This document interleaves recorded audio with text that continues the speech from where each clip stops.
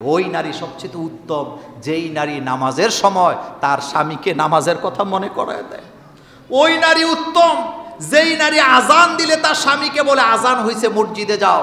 ওই নারী উত্তম ফজরের সময় তার স্বামীকে জাগায় দেয়। ওই নারী উত্তম যেই নারী তার স্বামীর জন্য শীতের রাত্রে গরম পানি করে দেয়। ওই নারী উত্তম যেই নারী তার স্বামীকে আখিরাতের কথা মনে করায় দেয়।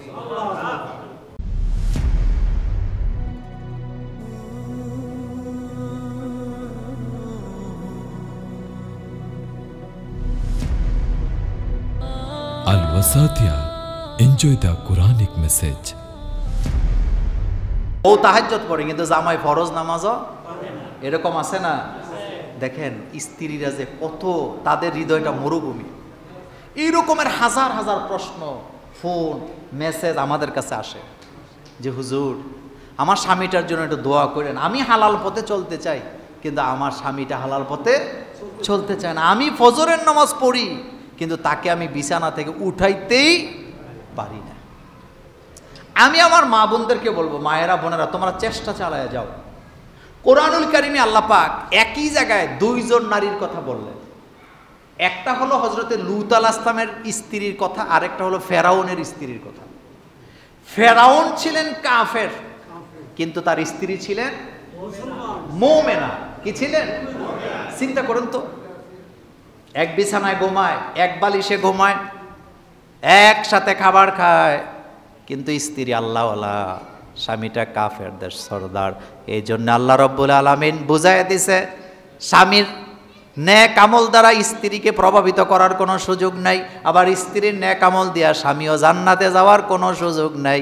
এক বিছানায় ঘুমায় ফেরাউন আর আসিয়া, কিন্তু হযরতে আসিয়া অলরেডি জান্নাতে চলে গেছে, আর ফেরাউনের জন্য আল্লাহর গজব আযাব আছে না? আবার লূত আলাইহিস সালাম তিনি নবী, তার স্ত্রী কাফের। এখন নবী লূত আলাইহিস সালাম তার আমল দিয়া তার স্ত্রীর বাঁচার কোনো সুযোগ নাই। তার মানে বোঝা গেল এক বিছানায় ঘুমাইলে হবে না, এক বালিশে জড়ায়া জড়ায়া ঘুমাইলেও হবে না, ঈমান আনা লাগবে। এজন্য অনুরোধ করব যার যার আমল তার তারকে ঠিক করা দরকার আছে না? না, যেই স্বামীরা তার স্ত্রীরা নামাজ পড়ে স্বামী নামাজ পড়ে না, তার মতো কপাল পড়া দুর্ভাগা আর কেউ না। তার লজ্জাও নাই, শরমও নাই। তার যদি লজ্জা থাকতো সে চিন্তা করতো আমার স্ত্রী নামাজ পড়ে আমি পড়ি না, আমার স্ত্রী আল্লাহকে ডাকে আমি ডাকি না, আমি তো ফেরাউনের সাথে আমার আসর হবে। কথা ঠিক কি না? এজন্য আমি আমার এই বোনের জন্য দোয়া করি, আল্লাহ তাকে ধৈর্য দান করুক, হযরতে আসিয়ার মতো ধৈর্য আল্লাহ তাকে দান করুক। আমার ভাইয়েরা, এই নারীগুলা জান্নাতে চলে যাবে। এই নারীগুলা তার স্ত্রীর সাথে, তার স্বামীর সাথে তার এই নারীর দেখা হওয়ার সম্ভাবনা নাই, কারণ দেখা হইতে হলে দুইজনেই জান্নাতে যাওয়া কি লাগবে। ওই নারী সবচেয়ে উত্তম যেই নারী নামাজের সময় তার স্বামীকে নামাজের কথা মনে করায় দেয়। ওই নারী উত্তম যেই নারী আজান দিলে তার স্বামীকে বলে আজান হইছে মসজিদে যাও। ওই নারী উত্তম ফজরের সময় তার স্বামীকে জাগায় দেয়। ওই নারী উত্তম যেই নারী তার স্বামীর জন্য শীতের রাত্রে গরম পানি করে দেয়।